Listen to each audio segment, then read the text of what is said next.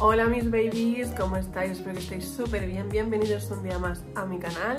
Yo estoy súper feliz de teneros aquí un día más conmigo. Antes de nada, ya sabes, suscríbete, dale like y todas esas cosas que tú ya sabes. Y sé que te estás preguntando qué le pasa a esta chica en la cara. Bueno, pues es que me habéis pedido algunas personas si podía hacer un caso mientras me maquillaba y pues me he pensado que vamos a experimentar. Quería dejar claro unas cuantas cosas. Que yo me estoy maquillando mientras estoy explicando un caso. Para nada quiero dar a entender como que le quito valor a ese caso. O sea, yo sé que al final son víctimas de las que estamos hablando y no quiero nunca que se malinterprete eso, vaya por delante. Y segundo, esto es una prueba piloto, si os gusta lo haré más veces y si no os gusta pues lo haré de forma normal como lo estaba haciendo hasta ahora, ¿vale?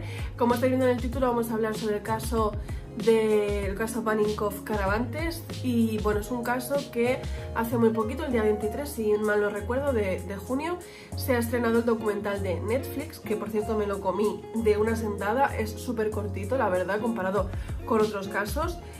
Es un caso, el de Netflix, o sea, ¿cómo se dice? El documental de Netflix me da la sensación de que se centra mucho en el impacto mediático que tuvo ese caso, que os lo voy a explicar también porque fue bastante fuerte aquí en España eso, pero se centra menos en lo que es la víctima, las víctimas en este caso. Y pues vengo aquí a contaros un poquito ese caso, sobre todo para la gente, la gente más joven que seguramente no se acuerde y pues la gente que no sea de España.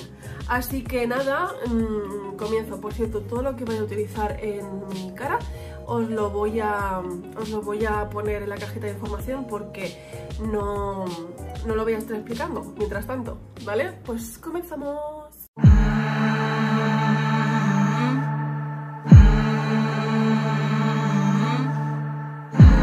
Nuestra historia comienza el 9 de octubre de 1999 y es que resulta que la jovencísima Rocío Baninkoff, de 19 años, estaba en casa de su novio, que estaba apenas a 500 metros de su propia casa. Ellos vivían en Fuengirola, Málaga. Resulta que estaban en fiestas en ese momento, bueno, en ferias en ese momento. Entonces eran las 9 de la noche y normalmente el novio de Rocío siempre le acompañaba a casa, bueno, casi siempre, pero decía que ese día estaba muy cansado. Así que al estar tan cerca le dijo, mira, vete a casa. Bueno, ella dijo, me voy a ir a casa, pues me ducho y después vamos juntos a la feria, así pues descansas, ¿no? La cosa es que, pues nada, Rocío se marchó y el muchacho se quedó dormido. Pasaron bastantes horas, bueno, pasado al día siguiente y la joven no apareció por casa al día siguiente, cosa que era un poco extraño en ella porque normalmente siempre avisaba. La cosa es que Alicia Hornos, quien era la madre de Rocío Baninkoff, le dijo a su otra hija, quien se llamaba Rosa, que fuera a picar al novio de Rocío para ver si había visto a Rocío y dónde podía estar. También le había extrañado que no le hubiese picado. Él se había quedado dormido y le pareció raro que no le hubiese picado como para despertar y decir, venga, va, bájate a la feria. Pero había hablado con alguno de sus amigos y estos habían dicho que la vieron en la feria. Esto nunca se corroboró, cabe decir. Así que la hermana de Rocío va a casa y le dice a su madre pues que no se preocupen, que ya aparecerá. Quedan pasando las horas y Alicia Hornos se empieza a poner bastante nerviosa porque va viendo que va pasando las horas y su hija no aparece y ya es un poco extraño. Así que su pareja sentimental de ese momento, que se llamaba Juan Cerrillo, le dice, mira, no te pongas nerviosa, vamos a dar una vuelta y ya verás que la niña aparece de aquí a nada y pues ya le reñiremos de la forma que la tengamos que reñir porque nos está dando un buen susto. La cosa es que van caminando por una zona donde hay como una especie de descampado y pues resulta que la madre, Alicia Hornos, ve unas bambas, unas zapatillas, unos tenis, no sé cómo lo digáis vosotros, tirados en una especie de descampado, y cuando se acerca, ella dice que son las de su hija. Está seguro que son las de su hija y que está segura al 100%. Obviamente esto le hace ponerse súper nerviosa y enseguida llama a la Guardia Civil. Comienzan así una investigación y, bueno, una investigación que al minuto 1 se descubre que en ese descampado hay un charco gigante de sangre, bastante grande, o sea, había perdido ya de inicio muchísima sangre. Las zapatillas de deporte de Rocío y además un pañuelo también manchado de sangre. Obviamente esto despierta todas las alarmas y pues da a entender que algo le ha pasado, algo muy grave le ha tenido que pasar a Rocío. Se encontró también unas ruedas de neumático que pasaban por encima del charco de sangre, así que se creía que probablemente el agresor hubiese metido en el maletero a la muchacha. Parecían, por las huellas, que era un coche pequeño y con los neumáticos muy desgastados. También se encontró un cigarrillo, un cigarrillo ya fumado, de la marca Royal Crown, que estaba justo al lado de el charco de sangre, bastante cerca del charco de sangre, que era una marca que aquí en España apenas se consumía, era como del extranjero, y aquí en España no sé si se comercializaba, no era demasiado típico, la verdad. Entonces, pues, lo recogieron y obviamente también formaba parte de la investigación. Bueno, empezaron a tomar declaración a todo el mundo que le haya visto por última vez. Entonces ponen como hora a las 10 de la noche aproximadamente, que coincide con un taxista que estaba dejando pues a unos clientes por esa zona, y resulta que ese hombre vio como un coche bastante antiguo, medianamente antiguo y no demasiado grande, salir bastante rápido de una zona que estaba bastante oscura, porque la zona donde se encontraron todas estas evidencias era una especie de descampado que no tenía demasiada luz, y pues salía bastante rápido, y minutos antes había escuchado lo que parecía ser un grito, pero bueno, como que no le dio, no sé, para pensar, ostras, ¿qué podía ser esto? Enseguida la policía, pues lo que os he dicho antes, se puso las pilas en la investigación y se empezó a hacer búsquedas por toda la zona a ver si encontraban a Rocío. Una de las cosas que hay que destacar es que la madre de Rocío, Alicia Hornos, era una mujer que no tenía estudios y que creía a pies juntillas en todo el tema de las videntes y todo esto. La cosa es que a esta mujer, a Alicia Hornos, le dijeron unas cuantas videntes que Rocío estaba secuestrada y que estaba herida, pero que se iba a salvar y que iba a poder salir y que iba a estar bien. Ana, como esté, de la forma que esté, al móvil de mis hermanos, de amigos, de quien sea, si no quieren ponerse en contacto con la policía, pero quien sea. Ante todo, quiero decir que no estoy juzgando, porque ante una situación así es bastante... no sabemos cómo vamos a reaccionar. Alicia estaba completamente cegada por esto que le estaban diciendo las mediums, porque lamentablemente no era así. Y es que lamentablemente el 2 de octubre de ese mismo año encuentran el cadáver de Rocío Panikov.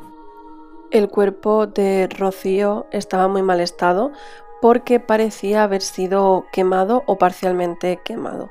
Presentaba un fuerte golpe en la cara, probablemente para dejarle aturdida. Tenía un corte en el cuello y un profundo navajazo en el abdomen cerca de la cadera. Además presentaba 8 puñaladas en la zona de las lumbares, 5 de ellas muy agrupadas, que habían afectado a los órganos vitales, causándoles la muerte. Habían sido puñaladas tan fuertes, tan profundas, que habían incluso fracturado 2 vértebras y habían partido completamente una de las costillas. No se pudo demostrar o no se pudo estudiar si a Rocío le había sido abusada. Ella sabes de qué forma. Y pues eso se quedó un poco ahí, como que no se sabía, pero había una cosa que a la policía le pareció muy relevante, y es que Rocío estaba puesta con las piernas muy abiertas. Entonces la policía lo que pensó, sin ningún tipo de criterio, porque podía ser así como que no, es que pensó que el agresor había abierto las piernas a la víctima, o sea, había abierto el cadáver, le había abierto las piernas para simular una... entonces ellos, o sea, la policía pensó que eso significaba que era una persona del círculo cercano que no le había hecho nada de esas características, para dar a entender que eso es lo que quería hacer, ¿no? No sé si me estáis entendiendo, porque yo tampoco, o sea, yo misma no entiendo ese razonamiento. Porque la policía, sin ningún tipo de investigación ni nada, ellos creyeron directamente que era una persona cercana a la familia, porque sí, o sea, por cómo se había encontrado el cadáver, básicamente. La cosa es que, aparte de eso, se encuentran 2 bolsas de basura tipo industriales cerca, bueno, al lado del cuerpo, y también se encuentra una pegatina que el día 17 del pasado mes de 1999, se había puesto unas pegatinas a todos los voluntarios que eran voluntarios para buscar a ver si encontraban a Rocío. Entonces a todos se le puso una pegatina, y esa misma pegatina es la que estaba, o sea, sin ningún tipo de nombre, es la que estaba puesta cerca de Rocío, así que también se dio a entender de que podía ser alguien que estaba cerca. Y por último, se dijo que anteriormente la expareja de Alicia Hornos había estado intentando negociar para comprar el restaurante que os he dicho que estaba cerca. Entonces, como que estas cosas sí o sí dieron a entender a la policía que era una persona cercana a la familia a la que había hecho todo esto. Y entonces, en este preciso momento, empieza a escucharse el nombre de una persona. María Dolores Vázquez era la exnovia de la madre de Rocío Baninkoff. A ver, eran los años 90 en España, y que 2 mujeres sean, lesbianas o sean pareja, yo no sé si eran lesbianas, bisexuales, no lo sé. O sea, en ese momento en España eso era bastante... Bueno, es que no voy a hablar raro, no voy a decir raro, era como, bueno, que la gente no lo entendía. Y bueno, ya eso, por parte de la madre de Rocío, no se cuestionó tanto, porque en ese momento, en el momento que pasó el crimen, ella ya estaba con un hombre, y era como, bueno, ya se ha enderezado, ¿sabéis lo que quiero decir? O sea, es horrible el pensamiento que había en ese momento. Pero la expareja de Rocío, quien era María Dolores Vázquez, ella sí que era lesbiana, y pues había estado con la madre de Rocío. Y pues a ella se le juzgó, se le empezó a juzgar, pero es que se empezó a hablar de ella en los medios de comunicación. Todavía no habían detenido a ninguna persona, o sea, no habían detenido a nadie, os lo juro, a nadie. No habían hecho nada, simplemente estaban investigando. Es más, de las primeras personas que se empezó como a cuestionar fue primero al novio de Rocío, porque normalmente suelen ser cosas así, muchas veces pasa, ¿no? Que la pareja sentimental es la primera que sale como a la palestra. Pero bueno, al poco tiempo se dieron cuenta que el muchacho no tenía nada que ver y estaba durmiendo. La cosa es que, pues eso, a María Dolores Vázquez, que todo el mundo le llamaba Loli, se empieza a hablar de ella en los medios de comunicación directamente acusándola. Es un precedente en la historia de España que no haya habido una detención, que ya se estaba hablando de ella como, bueno, presunta, culpable directamente. Aquí no había presunción de inocencia en ningún momento. Resulta que poco tiempo de que Alicia Hornos se quedase, fuese madre soltera, conoció a María Dolores Vázquez, y pues se conocieron y empezaron a salir.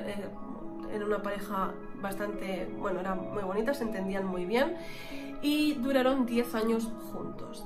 Durante esos años, María Dolores crió a los hijos de Alicia Hornos como si fuera su madre también. o sea, los críos se llevaban súper bien. Pero resulta que María Dolores Vázquez era una mujer que sí que tenía estudios superiores, aparte que ella tenía un negocio bastante próspero de hostelería, pero no sé de qué era exactamente.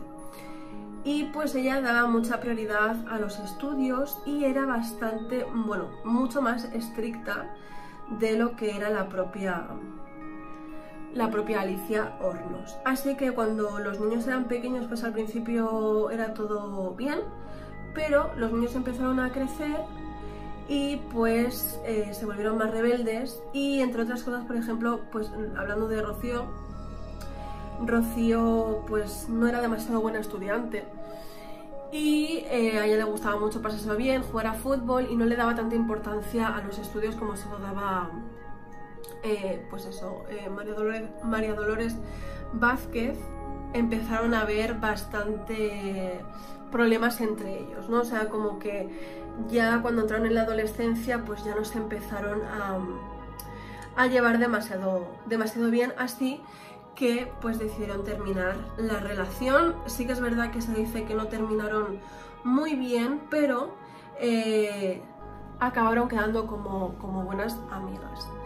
La cosa es que cuando pasa toda la tragedia de Rocío Baninkoff, ya llevan 4 años separadas, y cuando María Dolores se entera de esto, es la primera en apoyar a la familia, la primera en estar al lado de Alicia y de apoyarla y de estar en las búsquedas, pero aún así a la gente le empieza a sospechar de ella. ¿Por qué?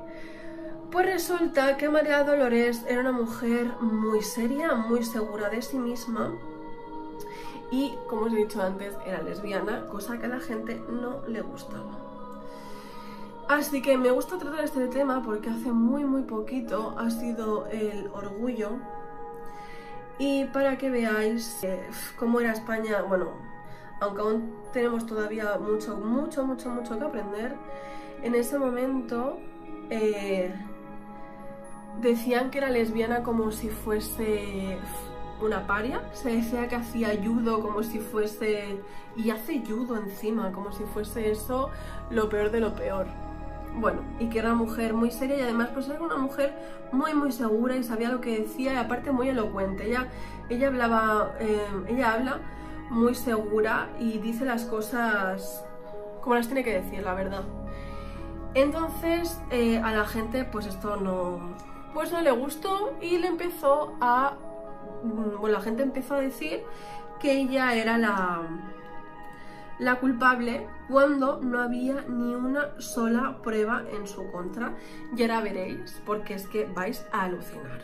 Como la policía se había centrado muchísimo en María Dolores como la sospechosa, la propia Alicia Hornos ya también empezó a creer a pies juntillas de que María Dolores había sido pues la asesina de su hija.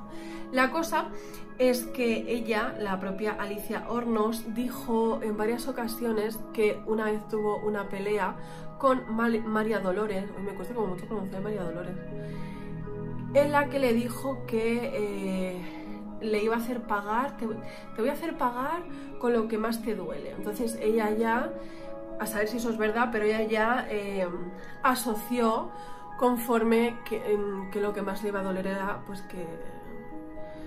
pues lo que le había hecho a su hija. Detienen a María Dolores y empiezan a someterle a un montón de interrogaciones bastante duras, de muchas horas, en la que no consiguen en ningún momento que María Dolores se derrumbe y confiese. Es muy fuerte, ¿eh? O sea, si la escucháis hablar, en algún momento veréis que es una mujer con mucho carácter y que hemos visto en muchísimos casos, detrás de una interrogación de la policía, muchísima gente acaba... una interrogación de policía que no está bien hecha, la gente empieza a confesar cosas que ni siquiera han hecho, solo para que dejen de someter a esa presión psicológica, pero esta mujer en ningún momento confesó. Incluso hay una rueda de prensa en la que dice que eso, que están horas la policía diciéndole que la van a hacer famosa, pero para mal, obviamente, que todo el mundo va a saber cómo se llama y quién es, que el juicio va a durar muy poco y que la van a condenar para siempre. Así que cuanto antes vayan las cosas y cuanto antes confiese, pues mejor para ella. La cosa es que ella no iba a confesar algo que no había hecho. Pero como estaban completamente seguros de que lo había hecho ella y que tampoco iban a seguir buscando, porque como no tenían más pruebas, esto ya lo hemos visto en varios sitios, como no tenían más pruebas, pues para qué seguir buscando. Todo eran pruebas completamente circunstanciales, o sea, no había en ningún momento una prueba real. ¿Qué pruebas hay en contra de María Dolores Vázquez? Pues a ver, ella decía que no estaba en el momento, o sea, que ella no estaba, que ella no había hecho nada. Pero resulta que María Dolores tenía una coartada y esa coartada decía que es que ella había estado esa noche cuidando de su madre y de una sobrina, de una hija de una sobrina. Pero claro, la familia puede mentir, ¿no? La familia puede estar encubriéndote. Pero resulta de que la factura telefónica de ese día corroboraba la coartada de María Dolores. Y es que María Dolores había estado en su casa efectivamente. Así que no puede estar atendiendo una llamada y matando a alguien a la vez. Lo peor de todo es que, bueno, hay una cosa que es que va en contra de María Dolores, y es que ella asegura que no había bajado, o sea, que no había salido de casa, y sí que había salido. Y es que ella había salido 3 minutos a comprar tabaco al bar debajo de su casa. O sea, de su casa al bar que había, lo tenía a 7 metros, y ella, como fumaba bastante, no se acordó como algo... como digo, algo anecdótico que había bajado a por tabaco. Entonces, ese dato lo omitió porque no se acordó. Entonces, claro, la policía, como sí que tenía el testimonio del señor del bar, dijo, ah, pero si tú sí que has bajado. Bajó exactamente 7 minutos. Entonces, eso, o sea, esa mínima cosa les dio a entender de que ella sí que era culpable. Para ese momento, María Dolores Vázquez ya estaba en prisión preventiva, o sea, ya era culpable a los ojos de todo el mundo. Así que al poco tiempo empiezan los juicios en los que María Dolores cree bastante en la justicia de primeras porque no tiene ninguna prueba. Es más, en el documental de Netflix sale hablando la hermana de María Dolores diciendo que ella no ha hecho nada, y de verdad es que yo creo que era la única persona, aparte de su abogado, que la defendía, porque literalmente toda España y todo el mundo estaba en contra de esa mujer, y más la madre de la víctima, Alicia Hornos, quien estaba completamente segura de que había sido ella. En el juicio se habla de que en el cuerpo de Rocío Baninkoff se encontraron unas fibras rojas eran fibras microscópicas, o sea que no era un trozo de tela, eran fibras rojas encima del vientre de la chica, de Rocío. Entonces, pues empieza a investigar la casa de María Dolores Vázquez y se encuentra una camiseta roja. Y entonces ya los abogados empiezan a decir pues que coincidía cuando se hizo un análisis y se dijo que es que no había ningún tipo de porcentaje en el cual se podía decir que coincidía esa fibra con la camiseta. El coche con el que, o sea, las huellas que se han encontrado en la zona del crimen, porque es ahí donde la chica supuestamente murió, el coche, las huellas que se encuentran no coinciden con el coche de María Dolores. El cigarrillo no es el que ella fuma, y una cosa que creo que no os he dicho es que la saliva que se encuentra de ese cigarrillo pertenece a un hombre. No está en la base de datos, pero pertenece a un hombre. Las bolsas de basura que os he dicho que estaban cerca del cuerpo, al lado del cuerpo de Rocío cuando se encuentra, no tiene ni una sola huella de Rocío. Tiene coartada, o sea, es que es como, ¿qué más queréis? Pero entonces la parte contraria, o sea, la fiscalía empieza a decir cosas como, puede ser que María Dolores haya alquilado un coche. Y haya hecho todo eso. Al final esa prueba no se tuvo como en cuenta porque dijeron en plan, pero a ver, ¿cómo va a alquilar un coche para hacer eso? Porque luego hay que limpiarlo. Aparte estábamos hablando de unas horas súper tardías. O sea, se empezaron a sacar cosas de debajo de la manga. Bueno, pues con estas pruebas completamente circunstanciales y sacadas de la mismísima manga, se acabó condenando a María Dolores Vázquez por un jurado popular, o sea que ya estaba todo hecho porque toda España odiaba a esa mujer, y el jurado popular se dividió entre 8 personas que dijeron que estaban a favor de que a esta mujer se la condenara y 2 personas que estaban en contra, así que salió mayoría. Y entonces la condenaron a 15 años de cárcel. Pues entra a prisión, pero su abogado pues vuelve a recurrir la sentencia y pues vuelve a decir que obviamente no hay ninguna prueba sólida para condenar a esta mujer, es que no la había. Entonces, después de 17 meses, creo que son 17 meses, la María Dolores sale de la cárcel. Después de 17 meses en la cárcel por no haber hecho absolutamente nada. Sale de la cárcel, pero que está...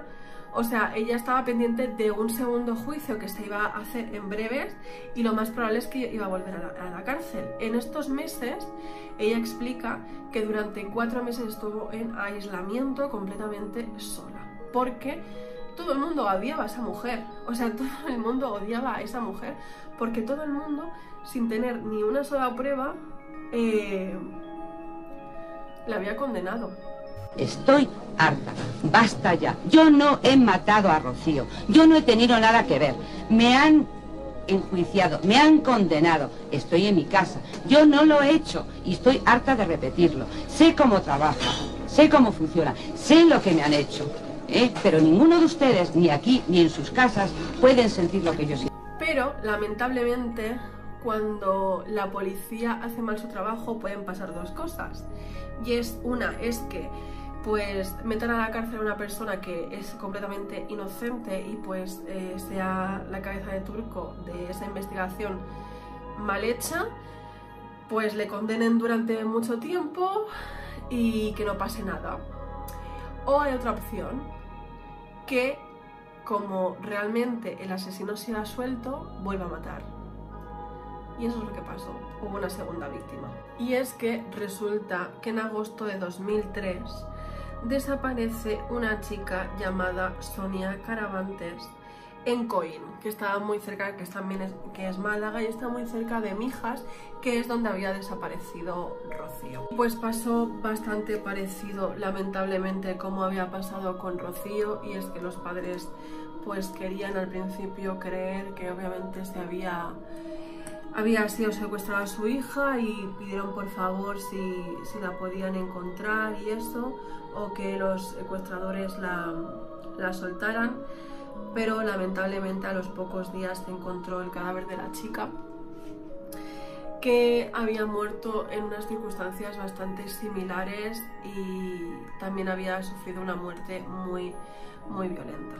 A Sonia Caravantes se la encontró en una zona un poco boscosa, tenía como unas piedras por encima, por así decirlo, o sea, estaba medio cubierta, y tenía un total de 15 lesiones como externas de rasguños y cosas así, y 22 lesiones internas. El agresor le había dado un golpe tan fuerte en la cabeza que le había destrozado la mandíbula, y además le había sacado un diente.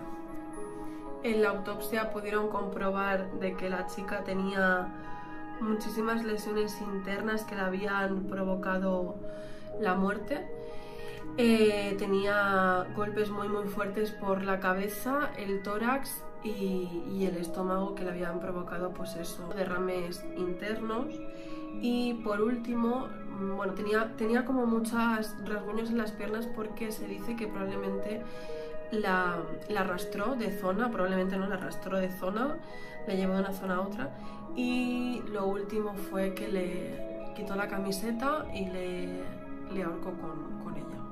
Además de eso, tenía la clavícula derecha completamente partida por la mitad. La cosa es que en la escena del crimen, en la escena donde encontraron a Sonia Caravantes, también se encontró un cigarro Royal Crown, que coincidía con el cigarro que se había encontrado en la escena del caso de Rocío Barinkoff. Ese cigarro en el juicio no se pudo usar porque, uno, la sospechosa, que era María Dolores, no fumaba esa clase de tabaco porque no la hay en España o se encuentra muy poco, y segundo, porque la saliva que se había encontrado, como os he dicho antes, era de un hombre. Entonces esa prueba no se pudo utilizar y simplemente pues se pensó que era pues un cigarro de una persona que había ahí, pero ahora sí que se había demostrado de que pues eran similares. Así que la policía, yo creo que en ese momento la policía se tuvo que cagar encima y dijo: madre mía, lo que acabamos de lo que acabamos de hacer. Lo peor de todo es que salió un ministro que había aquí en España hace mucho tiempo, se llamaba Aceves, quien dijo, o sea, a ver, en ningún momento nadie, jamás, nunca en la historia, jamás, o sea, es que me indigno muchísimo, nadie le pidió perdón a María Dolores Vázquez, quien al cabo de los pocos meses, cuando se empezó a investigar este nuevo crimen, pues obviamente ella no tenía nada que ver y pues tardó unos cuantos meses, pero al final salió completamente, pues eso, que ella no había hecho absolutamente nada, porque había pruebas de que el agresor era un hombre y estaba en las dos escenas, ¿no? Entonces nadie jamás le pidió perdón, no hubo un perdón público ni mucho menos.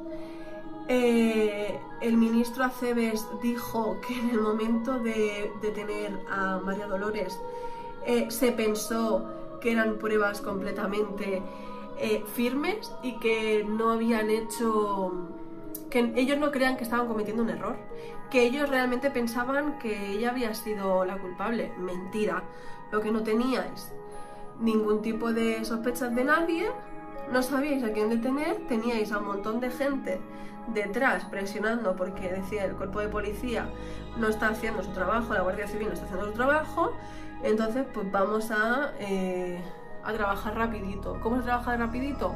Encarcelando a alguien. Y por otra parte, lo que aún me indigna más todavía es la prensa. La prensa, la televisión, todos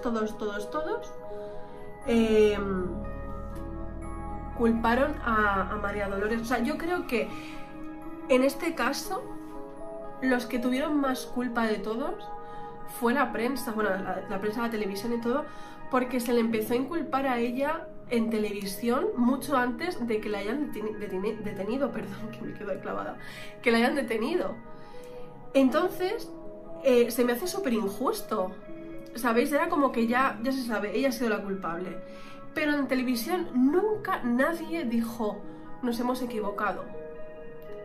Simplemente, pues pasó a haber un segundo sospechoso y ya está. Es que es completamente indignante, de verdad, es que...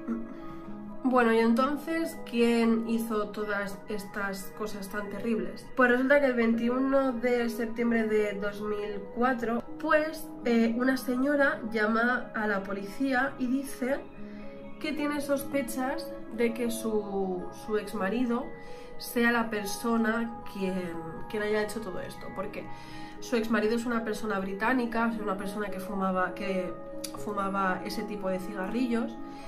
Y además, en el momento de los hechos del primero, o sea, el primer caso, el de Rocío Barinkoff, Llegó a casa con una chaqueta, era verano, no hacía calor, no era verano, pero hacía mucha calor, y llegó como bastante tapado, con las manos completamente destrozadas, y estaba muy nervioso. Entró al lavabo, dijo que había tenido una pelea, se lavó las manos y luego limpió todo el baño cuando él nunca había limpiado el baño, él no limpiaba el baño básicamente. Entonces esto a ella le pareció sospechoso y entonces quiso llamar a la policía. La cosa es que cuando esta persona ya empieza a ser sospechosa, también, bueno, se le detiene. Ahora os contaré quién es. La mujer actual de esa persona, bueno, actual de ese momento, de esa persona, también empieza como a sospechar, porque ella dice que en el momento no sospechó, os voy a poner un clip ahora, no sospechó, pero que después, pensándolo bien, sí que le pareció raro. Resulta de que el marido que tenía en ese momento, ese día se marchó y que volvió, o sea, el día de la desaparición de Sonia Caravantes, que era verano, esa vez sí que era verano y estaba tapado, estaba muy tapado, llevaba un abrigo, y que lo mismo, se metió al lavabo, aparentaba estar muy nervioso y simplemente pues se lavó y lo lavó todo, y ella no le dio mayor importancia a esto. Volvió, no tuvo ocasión de poderla ver nunca. Cuando yo llegué a casa ya estaba lavada. Ya estaba lavada. Y después que había tenido un accidente con el coche, le pregunté qué hacía con ese abrigo. Claro. Porque en ese tiempo que no, la verdad que no. Decía que después del accidente se había metido en el coche y se había puesto el abrigo, que lo tenía en el maletero, que era de no sé quién. ¿Y quién es este sujeto? Bien, pues este sujeto era Tony King. Bueno, es Tony King. Tony King era un hombre británico que había sido ya acusado de delitos sexuales en Málaga. Era un hombre que llevaba bastante tiempo en España, porque en su país ya había cumplido cárcel y había estado, bueno, por todo lo que había cometido eran delitos contra mujeres, y había conseguido que se le cambiara el nombre y poder ir a España sin tener antecedentes, porque había cambiado el nombre completamente. Lo peor de todo es que Tony Alexander King, que realmente su nombre era Tony Alexander Bromwich, creo que se decía, pues era una persona muy peligrosa, pero es que además la policía británica hizo un comunicado a España diciendo que este hombre era una persona muy peligrosa y que no se fueran por las ramas intentando inculpar a otra persona, sino que esta persona era muy peligrosa. ¿Por qué os digo esto? Pues porque cuando le detuvieron se hicieron varios juicios, ¿vale? Por esta persona, porque esta persona al principio sí que dijo he sido yo, pero luego se arrepintió, que esto es bastante común en la gente que suele cometer crímenes, que es que al principio dice he sido yo, pero luego me arrepiento. Y cuando dijo que había sido él y luego se arrepintió, quiso inculpar otra vez a María Dolores Vázquez, la cual dijo, mirad, no me liéis, pobrecita mía, me da una pena esa mujer, quien dijo, yo no tengo absolutamente nada que ver, aparte que las pruebas todas indicaban que había sido él el que lo había hecho todo. Además, en el juicio se demostró que a Sonia Caravantes lo que la había intentado era, y que todo lo que le hizo fue porque ella no se dejó básicamente y terminó con su vida. Así que en 2005 por fin le condenan, y le condenan a 36 años por el asesinato intento de Sonia Caravantes y 19 años por el asesinato de Rocío Baninkoff. Además es condenada a pagar 294.000 euros de indemnización a cada familia. Pero hay una cosa, hay un solo detalle en este caso que es el único que me chirría, Yo de verdad siempre voy a defender que María Dolores es inocente, porque no había ninguna prueba en contra de ella, pero sí que hay un caso que realmente es circunstancial, hay una prueba que es circunstancial, pero que es extraña. Os cuento. Resulta que cuando os he dicho que Alexander King había dicho al principio de que él sí que había sido culpable, pero después cambió su alegato, él dijo que había sido ayudada por María Dolores Vázquez, y que no lo había hecho hasta ahora porque supuestamente María Dolores le tenía amenazado con matar a su hija si decía algo. Pues es que resulta que tiempo después de los juicios y que Alexander King ya estuviera en la cárcel y todo esto, la hija de Alexander King, quien era hija del primer matrimonio que ella tuvo, que fue la primera persona que llamó por teléfono a la policía diciendo hola, esta persona es una asesina, resulta que la niña murió en una piscina, y murió en una piscina ahogada cuando esa niña sabía perfectamente nadar. Y fue como un shock bastante fuerte, porque ese hombre dijo, es que mi hija está amenazada. Y fue como algo extraño. Realmente, probablemente no tenga nada que ver con María Dolores, y seguramente este hombre tuvo ayuda, no sé, en ocultar el cadáver y algo así, y le quiso tirar el muerto nunca mejor dicho, a María Dolores. Probablemente sea eso, pero cuanto menos es extraño. Y nada, como os he dicho antes, a María Dolores nunca le dijeron perdón ni nada así, y como os he comentado, la propia madre de Rocío Baninkoff siempre ha pensado que la asesina de su hija era María Dolores. Bueno chicos, hasta aquí el caso, espero que os haya gustado. Necesito que me digáis si os ha gustado el momento mientras me maquillo que os voy contando. Yo os voy a dar mis vibras, ¿vale? Yo os digo que es un poco complicado porque me concentro mucho en el maquillaje, me concentro mucho en la historia y como que ando un poco, ¿sabes? Como que no me entero. Pero si os gusta, no tengo ningún problema en hacerlo así. Pero me cuesta un poco más como expresarme, pero bueno, que es guay, al final me gusta, me he hecho un maquillaje bastante sencillo, dentro de lo que cabe, tampoco es muy así. Y bueno, ya me decís si os gusta o si no. Muchísimas gracias por vuestro apoyo y ya sabéis que os como la cara.